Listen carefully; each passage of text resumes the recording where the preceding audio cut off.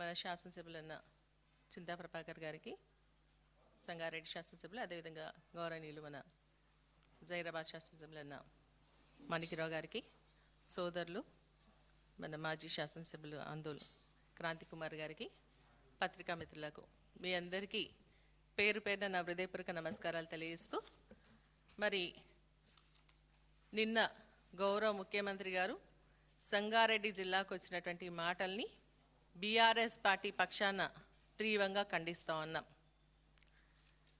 గాంధీజీ గారి మరి సత్యమేవ జయతే స్ఫూర్తితో కనీసం స్వాతంత్ర దినోత్సవం నాడైనా మరి గౌరవ ముఖ్యమంత్రి గారు నిజాలు మాట్లాడతారని చెప్పేసి ఆశించినాం. కానీ మరి అన్ని అసత్యాలే మాట్లాడడం జరిగింది. వారు ప్రజాధనంతో ఏర్పాటు చేసేటువంటి బహిరంగ సభల్లో ఏ ముఖ్యమంత్రి అయినా మంత్రి అయినా ప్రజలకు సంబంధించినటువంటి వారి హయాంలో జరుగుతున్నటువంటి సంక్షేమ అభివృద్ధి కార్యక్రమాల గురించి మాట్లాడితే, కాంగ్రెస్ పార్టీ అధికారంలోకి వచ్చినటువంటి ఈ 2.5 సంవత్సరాల కాలంలో మరొక రకంగా నడుస్తూ ఉంది. ఉల్టా పద్ధతి నడుస్తూ ఉంది. ఏంటంటే ప్రజాధనాన్ని దుర్వినియోగపరుస్తూ వారు ఇచ్చిన హామీలు నెరవేర్చకపోగా కేవలం ఏంటంటే మరి తెలంగాణ సాధించినటువంటి అపర భగీరథుడైనటువంటి తెలంగాణ మొదటి ముఖ్యమంత్రి అయినటువంటి కేసీఆర్ గారిని విమర్శించడానికి తప్ప, మరి అదేవిధంగా కేసీఆర్, హరీష్ రావు గారు వారు చేసినటువంటి స్కీమ్లన్నీ బయట పెడుతున్నారు కాబట్టి వారిని వ్యక్తిగతంగా విమర్శించడానికే వాడుకుంటున్నారే తప్ప మరి డైవర్షన్ పాలిటిక్స్కి నాంది పలుకుతా ఉందని చెప్పేసి కూడా నేను తెలియజేస్తా ఉన్నా. మరి మాదేమో ఒక పాలసీ విధానం. కాంగ్రెస్ పార్టీ నైజం చూస్తుంటే ఏంటంటే వ్యక్తిగత దూషణ విధానం. నిన్న స్మార్ట్ కార్డ్స్ పంపిణీ చేస్తున్నామని చెప్పేసి గొప్పలు చెప్పుకుంటున్నారు. మీరు ఇచ్చిన రేషన్ కార్డ్స్ ఎన్ని? మరి గతంలోనే దాదాపు 90 లక్షల రేషన్ కార్డ్స్ ఉన్నాయి. మీరు ఒక్క రేషన్ కార్డు కూడా ఇవ్వలేదు గతంలో బీఆర్ఎస్ పార్టీ అని చెప్పేసి చెప్పడం జరుగుతోంది. మరి మన కౌన్సిల్లో మన ఉత్తమ్ కుమార్ రెడ్డి గారు, సివిల్ సప్లైస్ మినిస్టర్ గారు మరి క్లియర్గా చెప్పడం జరిగింది. నేను మీకు వినిపిస్తాను. A total of 6,47,479 new food security cards covering 20,69,000 beneficiaries were issued in the state from 2016 to 2023. అంటే 2016 to 23 ఎవరున్నారు? కాంగ్రెస్ పార్టీ ఉందా? బీఆర్ఎస్ పార్టీ కాదా? బీఆర్ఎస్ పార్టీ 6,47,400 చిల్లర రేషన్ కార్డ్స్ ఇస్తే మీరు ఒక్క రేషన్ కార్డు కూడా ఇవ్వలేదని చెప్పేసి ఎందుకు అబద్ధాలు చెప్తా ఉన్నారు? అంటే అసెంబ్లీలో ఒక విధానం, బయట మాట్లాడేది ఒక విధానం అని చెప్పేసి అడుగుతా ఉన్నాను. మరి ఈరోజు మీరు స్మార్ట్ కార్డ్స్ ఇస్తున్నారని చెప్తున్నారు. స్మార్ట్ కార్డ్స్ దేనికి ఇస్తున్నారు? మీరు ఇచ్చిన వాటికి ఇస్తున్నారా? మొత్తం 1,06,000 కార్డ్స్ ఉన్నాయి. అంటే మేము 97 లక్షల కార్డ్స్ ఇస్తే ఇప్పుడు 1,06,000 కార్డులు ఇప్పుడు రాష్ట్రంలో ఉన్నట్టయితే మీరు ఇచ్చింది ఎన్ని? కనీసం 9 లక్షల కార్డ్స్ కూడా ఇవ్వలేదు. కానీ దానికి గొప్ప చెప్పుకుంటూ పాతగా ఉన్నటువంటి రేషన్ కార్డ్స్ కూడా మరి స్మార్ట్ కార్డ్స్ విధానం పేరుతో మీ ఫోటోలు పెట్టుకుంటున్నారు. మీరే అన్నారు రేషన్ కార్డ్ అంటే కాగితం కాదు, అది ఆకలి తీర్చేటువంటి కార్డ్ అని చెప్పేసి. మరి దీంట్లో మీ ఫోటోలు ఎందుకు అని అడుగుతున్నారు. గతంలో ఏ రాష్ట్రంలోనైనా రేషన్ కార్డు ఇస్తే ఆ గౌరవ ముఖ్యమంత్రి గారి ఫోటోలు ఎక్కడ పెట్టుకోలేదు. కానీ ఈరోజు స్మార్ట్ కార్డు ఇచ్చేటప్పుడు మీరు మీ ఫోటో మరి అదేవిధంగా మంత్రుల ఫోటోలు ఎందుకు పెట్టుకుంటున్నారు? ఇది పర్మనెంట్గా ఉండేటువంటి కార్డు. ఈరోజు ప్రభుత్వాలు మారుతాయి, ముఖ్యమంత్రులు మారుతుండొచ్చు, కానీ కార్డు మాత్రం అట్లనే ఉంటుంది.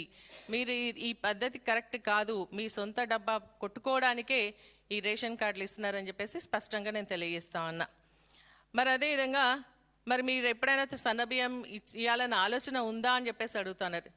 అది కేసీఆర్ గారి యొక్క విధానం. వారు నిజంగా కూడా కేసీఆర్ గారు ఆ రోజు రేషన్ షాప్ మన హాస్టళ్లలో ఉన్నటువంటి వారికి ఖచ్చితంగా సన్నబియ్యంతో అన్నం పెట్టాలన్న ఆలోచనతో నా మన్మడ ఏదైతే మరి సన్నబియ్యం తింటున్నాడో మరి అదేవిధంగా హాస్టల్ విద్యార్థులు తినాలి అని చెప్పేసి స్టార్ట్ చేసిందే కేసీఆర్ గారు. సన్నబియ్యం బ్రాండ్ అంబాసిడరే కేసీఆర్ గారు. అది మీరు మర్చిపోతూ ఉన్నారు. తర్వాత మా మేనిఫెస్టోలో కూడా మేము అధికారంలోకి వచ్చిన తర్వాత ఇచ్చేటువంటి ఈ రేషన్ కార్డుకి సంబంధించినటువంటి బియ్యం సన్న బియ్యం వేస్తామని కూడా చెప్పడం జరిగింది. గతంలో ఒక రేషన్ కార్డుకి ఒక వ్యక్తికి 4 కిలోల బియ్యం ఇచ్చి 20 కేజీస్ సీలింగ్ పెడితే కేసీఆర్ గారు వచ్చిన తర్వాత ప్రతి వ్యక్తికి మరి 6 కిలోల బియ్యం ఇస్తూ సీలింగ్ లేకుండా ఎంతమంది ఉంటే అంతమందికి 6 కిలోలు ఇచ్చిన బియ్యం మరి మీరు మర్చిపోతున్నారా అని చెప్పేసి కూడా నేను ఈ సందర్భంగా అడుగుతా ఉన్నాను. మరి అదేవిధంగా ఈరోజు ముఖ్యమంత్రి గారు నిన్న మాట్లాడుకుంటా మరి రైతులు చాలా ఆనందంగా ఉన్నారు వ్యవసాయం చేసుకుంటా మేము ఇచ్చేటువంటి 24 గంటల కరెంట్ వల్ల అని చెప్పేసి చెప్తా ఉన్నారు. నిజంగా సిగ్గుపడాలి. ఎందుకంటే రైతులకు కంటికి కునుకు లేకుండా చేసింది కాంగ్రెస్ పార్టీ. ఈరోజు జనరల్ బాడీ మీటింగ్స్లో మరి మాట్లాడుతూ ఉంటే ప్రతి ఒక్క అధికారి ఎన్ని గంటలు కరెంట్ ఇస్తున్నారని చెప్పేసి అడుగుతూ ఉంటే 10 నుంచి 12 గంటలు కరెంటే ఇస్తున్నామని చెప్పేసి వాళ్ళు అధికారులు ఒప్పుకుంటున్నారు. మా హరీష్ రావు గారు కూడా నర్సాపూర్కి వచ్చినప్పుడు కానీ ఇంకా భువనగిరికి వెళ్ళినప్పుడు కానీ ఇక్కడికి వెళ్ళినప్పుడు మరి చూస్తే మనకు బుక్స్లో కనిపిస్తూ ఉంది కేవలం 10 నుంచి 12 గంటలే వస్తుందని. దాంట్లో ఇంటరప్షన్స్ విపరీతమైనటువంటి ఇంటరప్షన్స్ వస్తూ ఉన్నాయి. ఆ ఇంటరప్షన్స్కి సంబంధించి సబ్స్టిట్యూట్ కూడా మళ్ళీ కరెంట్ ఇవ్వట్లేదు అని చెప్పేసి మీరు గమనిస్తలేరా అని చెప్పేసి అడుగుతా ఉన్నాం. రైతులు ఈరోజు ఇబ్బంది పడుతూ ఉన్నారు. వాళ్ళు పండించినటువంటి ధాన్యం మేము కొనుక్కున్నామని చెప్పేసి గొప్పగా చెప్పుకుంటున్నారు మీరు. మొన్న యాసంగిలో రైతులు పట్టేటువంటి కష్టాలు వర్ణనాతీతం. కళ్ళల్లో నిద్రపోయిన కళ్ళాలకు సంబంధించి నానిన ధాన్యం నానుతుంటే రైతులు కూడా నానిరు. ఆ కళ్ళాల దగ్గర కొనుగోలు జరుగుతలేదని చెప్పేసి గుండె పగిలి చనిపోయినటువంటి రైతులు కూడా ఉన్నారు.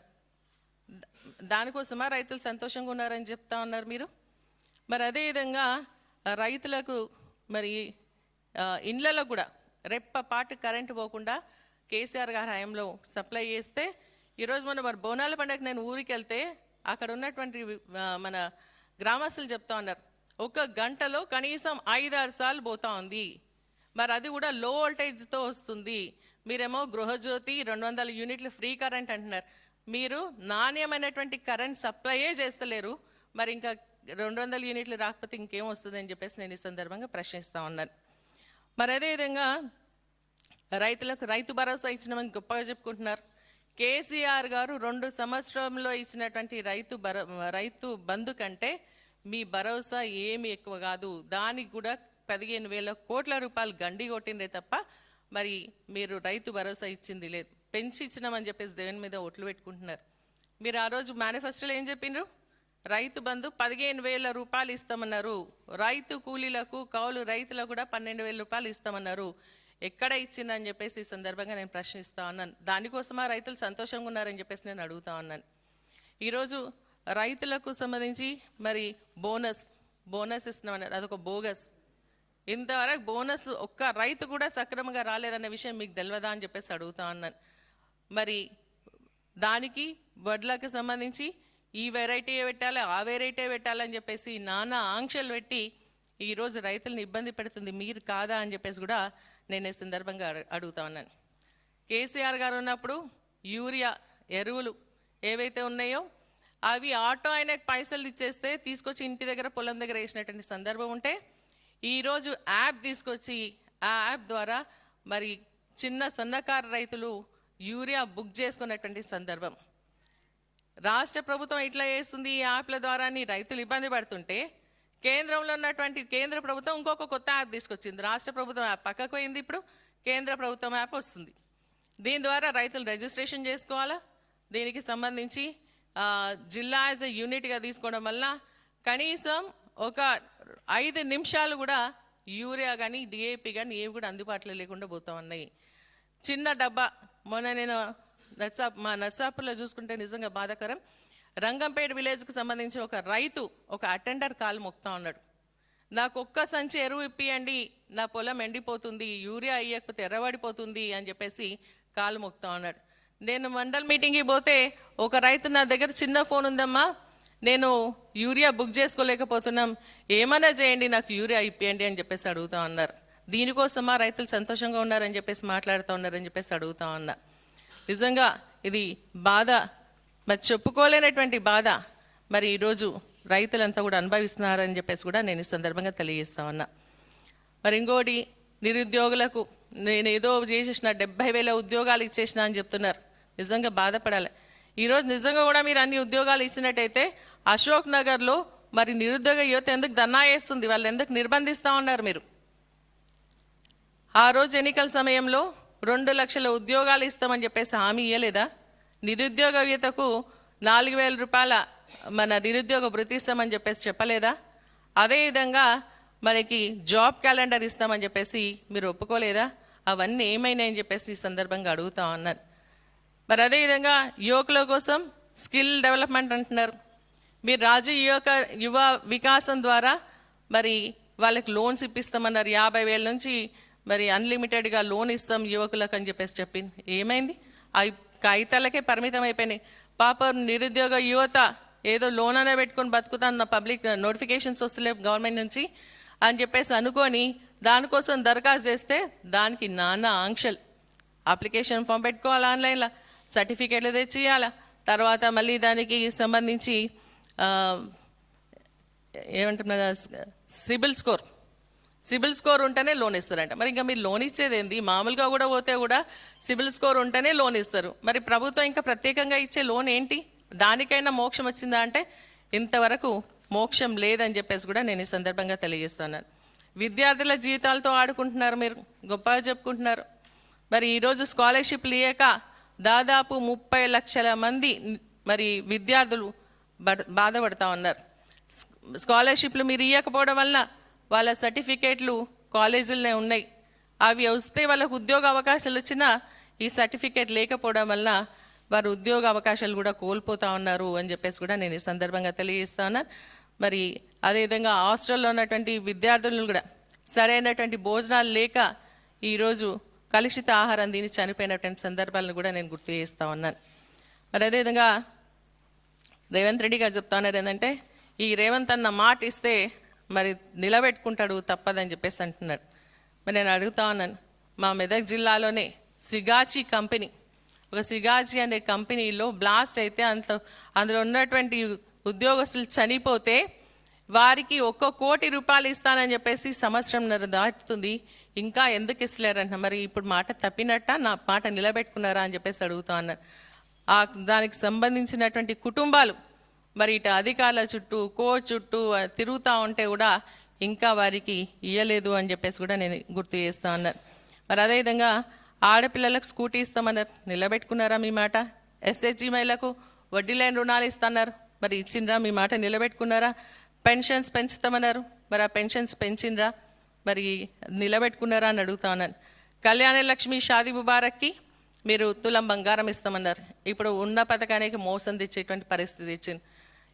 మాకు అనుమానం వస్తుంది ఏంటంటే, ఈ కళ్యాణ లక్ష్మి షాదీ ముబారక్ తప్పించుకోవాలనే ఆలోచనతో ఈరోజు మీరేమన్నా కోడుకు పంపించేసి మరి దీన్ని ఏమన్నా ఆపే ప్రయత్నం చేస్తున్నారని అనుమానం కూడా ప్రజల్లో వస్తుంది అని చెప్పేసి కూడా నేను ఈ సందర్భంగా తెలియజేస్తా ఉన్నాను. ఎందుకంటే 6 నెలలకు ఒకసారి, సంవత్సరానికి ఒకసారి ఇచ్చేటువంటి ఈ కళ్యాణ లక్ష్మి షాదీ ముబారక్ మరి అది కూడా ఎగ్గొట్టేటువంటి ప్రయత్నం చేస్తున్నారా అనిపిస్తుంది. గతంలో కేసీఆర్ గారు పెళ్ళైనటువంటి వారం 10-15 రోజుల లోపలనే మరి ఈ యొక్క చెక్కులు ఇస్తే, ఇప్పుడు మరి నెలల తరబడి ఎదురు చూసేటువంటి బిడ్డ పుట్టినాక కళ్యాణ లక్ష్మి చెక్కులు ఇచ్చినటువంటి సందర్భాలు మరి నేను అసెంబ్లీలో కూడా ప్రస్తావించడం జరిగింది, సాక్ష్యాధారాలతో కూడా నిరూపించడం జరిగింది అని చెప్పేసి కూడా నేను మళ్ళీ ఒకసారి గుర్తు చేస్తూ ఉన్నా.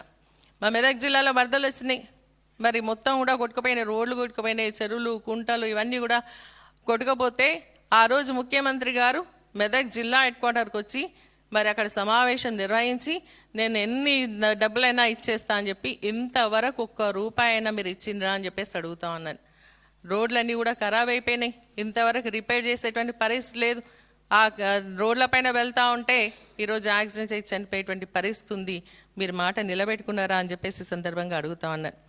ఎవరైనా ఏ నియోజకవర్గంకైనా ముఖ్యమంత్రి వస్తే ఆశపడతాం, ఆ నియోజకవర్గంలో ఏదైనా అభివృద్ధి కార్యక్రమాలకు ముఖ్యమంత్రి గారు హామీ ఇచ్చి వెళ్తారా అని చెప్పేసి.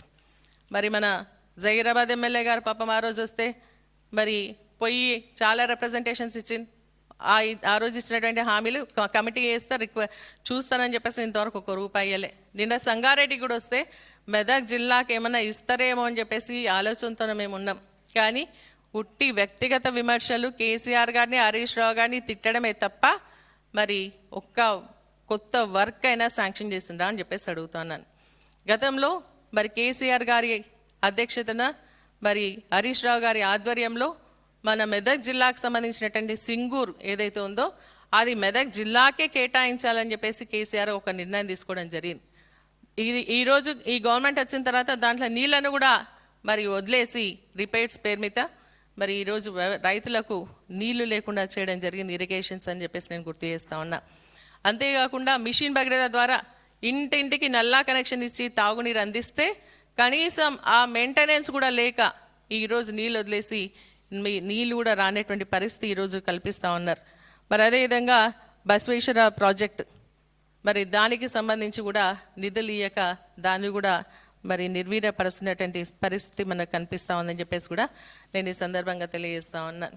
ఈ విధంగా మనం చూసుకున్నట్టయితే ఏ కార్యక్రమం కూడా చేయకుండా కేవలం డైవర్షన్ పాలిటిక్స్ కోసం ఈరోజు కాంగ్రెస్ పార్టీ ప్రయత్నం చేస్తుంది అని చెప్పేసి కూడా నేను గుర్తు చేస్తా ఉన్నా. మరీ ముఖ్యంగా ఏంటంటే నిన్న ముఖ్యమంత్రి గారు ఒక ముఖ్యమంత్రిలా కాకుండా ఒక నియంతలాగా మాట్లాడడం జరుగుతోంది. నిన్న ఏమంటున్నారు, హరీష్ రావు గురించి మాట్లాడుతూ క్షుద్ర పూజలు చేయడానికి వేరే రాష్ట్రాలకు పోయినాము అని చెప్పేసి అంటున్నారు. ఒక గౌరవపదమైనటువంటి పోస్ట్లో ఉండి మరి మీరు క్షుద్ర పూజల గురించి మాట్లాడుతూ ఉంటే ఈ మోడర్న్ యుగంలో కూడా మీరు మళ్ళీ రాతి యుగం వైపు మరి ప్రజల్ని ఆలోచనలు చేసే విధంగా చేస్తున్నారా అని చెప్పేసి నేను ఈ సందర్భంగా అడుగుతా ఉన్నాను. నిజంగా క్షుద్ర పూజలపైన మీకు ఆ నమ్మకం ఉంటే మరి మీరు కూడా ఈరోజు అటువంటి పూజలు చేసి అధికారంలోకి వచ్చిండ్రా అని చెప్పేసి కూడా అనుమానం కొంతమందికి వస్తుంది అని చెప్పేసి కూడా నేను ఈ సందర్భంగా తెలియజేస్తా ఉన్నా. మరి ఇటు హరీష్ రావు గారు వెళ్ళి పూజలు చేసి వచ్చిండ్రు అని చెప్పేసి మాట్లాడితే కేటీఆర్ గారు అవును గుడికి పోతే తప్ప అని చెప్పేసి అడిగినందుకు మరి ఇటు కేటీఆర్ గారిని తిడతారు, అటు హరీష్ రావు గారి గురించి మాట్లాడితే ఎందుకు? వాళ్ళు నిరంతరం ప్రజల మధ్యలో ఉంటూ ప్రతిపక్షమైన ప్రజల పక్షాన ఉంటూ ప్రజలకు సంబంధించినటువంటి అనేక సమస్యలపైన మరి మాట్లాడుతూ ఉన్నారు. మీ స్కామ్లు, మీ ల్యాండ్ సంబంధించినటువంటి ఇష్యూస్ పైన వాళ్ళు మాట్లాడుతున్నటువంటి సందర్భంలో మీరంతా కూడా మరి దాన్ని జీర్ణించుకోలేక వారిపైన వ్యక్తిగత విమర్శలు చేస్తూ ఉన్నారు. హరీష్ రావు గారి గురించి మరి ప్రజలందరికీ తెలుసు మెదక్ జిల్లాకు సంబంధించి, ఎందుకంటే మరి ఈరోజు ఉన్నటువంటి 7 నియోజకవర్గాల్లో బీఆర్ఎస్ పార్టీ గెలిచింది, మీరు 3 నియోజకవర్గాల్లో గెలిచింది. ఇదే విధంగా మాట్లాడుకుంటూ పోతే రేపు ఆ 3 కూడా గల్లంతయ్యేటువంటి పరిస్థితి వస్తుందని కూడా నేను ఈ సందర్భంగా తెలియజేస్తా ఉన్నా. కాబట్టి వారు ప్రజల మధ్యలో ఉండి ప్రజల సంక్షేమం కోసం నిరంతరం పోరాటం చేసే వ్యక్తిగా మెదక్ జిల్లా ప్రజలకు అందరికీ కూడా తెలుసు. వారు ప్రజలందరూ కూడా చైతన్యవంతులు. మీరు ఎన్ని మాట్లాడినా కూడా మరి అవన్నీ కూడా నమ్మరు అని చెప్పేసి కూడా ఈ సందర్భంగా తెలియజేస్తా ఉన్నాను. ఇంద్రమ్మ ఇండ్ల గురించి కూడా మాట్లాడడం జరిగింది. మేము గొప్పగా ఇంద్రమ్మ ఇండ్లు ఇస్తున్నామని చెప్పేసి అంటున్నారు. ఇస్తున్నారు వాస్తవమే, కానీ దానికి బిల్స్ ఏమని మీ ఎమ్మెల్యేనే ఒకరు చెప్పడం జరిగింది నిన్న. పెద్దలంతా కూడా 1000 కోట్ల రూపాయలు తినిపోతా ఉంటే 5 లక్షలు ఇచ్చేటువంటి ఇంద్రమ్మ ఇండ్లకు 500 ఆంక్షలు పెడుతున్నారు అని చెప్పేసి. ఇది నిజం కాదా? మరి అదేవిధంగా ఇంకొక ఎమ్మెల్యే మాట్లాడుతూ చెప్పడం జరిగింది ఏంటంటే నియోజకవర్గానికి అభివృద్ధి కార్యక్రమాలకు నిధులు ఇస్తామంటే మేము నమ్మినాం, ఇప్పుడు నిధుల కోసం ఫోన్ చేస్తుంటే ముఖ్యమంత్రి మంత్రులు ఫోన్లు ఎత్తుతలేరని చెప్పేసి మీ ఎమ్మెల్యేనే కదా మాట్లాడింది. ఇంకొక ఎమ్మెల్యే కేసీఆర్, హరీష్ రావు, కేటీఆర్ గొప్ప మనుషులు అని చెప్పేసి మరి మాట్లాడినటువంటి విషయం మీకు గుర్తొస్తలేదా, వినబడతలేదా అని చెప్పేసి అడుగుతా ఉన్నాను. మరి అదేవిధంగా నిజంగా మీ ఎమ్మెల్యేలకే మీ పేరు గుర్తొస్తలేదంటే ప్రజలు ఇంకా మీరేం గుర్తుంటారు అని చెప్పేసి కూడా నేను ఈ సందర్భంగా ప్రశ్నిస్తా ఉన్నా. ఇంద్రమ్మ చీరల గురించి కూడా మాట్లాడుతూ ఉన్నారు. సరే, కేసీఆర్ గారు ఆ రోజు బతుకమ్మ చీర కింద మహిళల్ని గౌరవించాలని పుట్టింటి సార కింద తనకు తోచినతో చీర ఇస్తే ఏ పేరాంటానికి వెళ్ళినా ఎక్కడికైనా కట్టుకున్నా కూడా అదొక గౌరవంగా ఉండే. మీరు ఒక సంవత్సరం చీర ఇచ్చి ఇంద్రమ్మ చీర దాని ఏంటంటే నిన్న సమావేశంలో మన పాలపీట చీర కట్టుకున్నటువంటి లెవండి అంటే మహిళల్ని అగౌరవపరిచినట్టు కాదా అని చెప్పేసి నేను అడుగుతా ఉన్నాను. మరి ఆ చీరలు కేవలం ఏంటంటే పేరంటానికి వెళ్తే తెలిసిపోతుంది అది.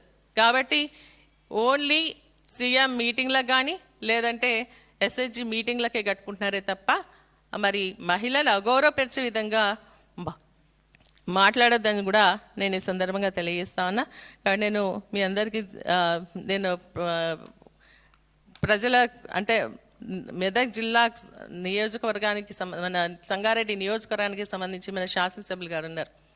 వారి హయాంలో కూడా నియోజకవర్గానికి నిధులు ఇస్తే సంతోషించేవారు. కానీ ఆ విధంగా కాకుండా ఏంటంటే మా ఎమ్మెల్యే గెలవలేదు కాబట్టి మేము ఇయ్యలేము అన్నటువంటి పరిస్థితిలో నిన్న ముఖ్యమంత్రి గారు మాట్లాడడం విడ్డూరంగా ఉంది. ఒక ముఖ్యమంత్రి అందరికీ అన్ని నియోజకవర్గాల అభివృద్ధి పరచాలి, కానీ ఈరోజు మా ఎమ్మెల్యే లేరు కాబట్టి మేము ఏం చేస్తలేమన్న విధానంగా మాట్లాడడం పద్ధతి కాదు అని చెప్పేసి కూడా నేను ఈ సందర్భంగా తెలియజేస్తా ఉన్నా.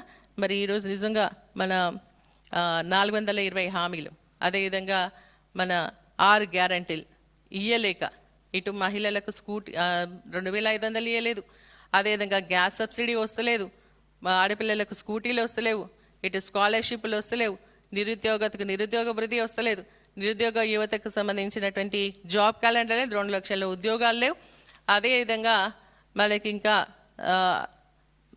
ఈ విధంగా ఏ హామీ ఇచ్చినా కూడా మన కళ్యాణ లక్ష్మి షాది ముబారక్ సంబంధించి మరి తులం బంగారం లేదు.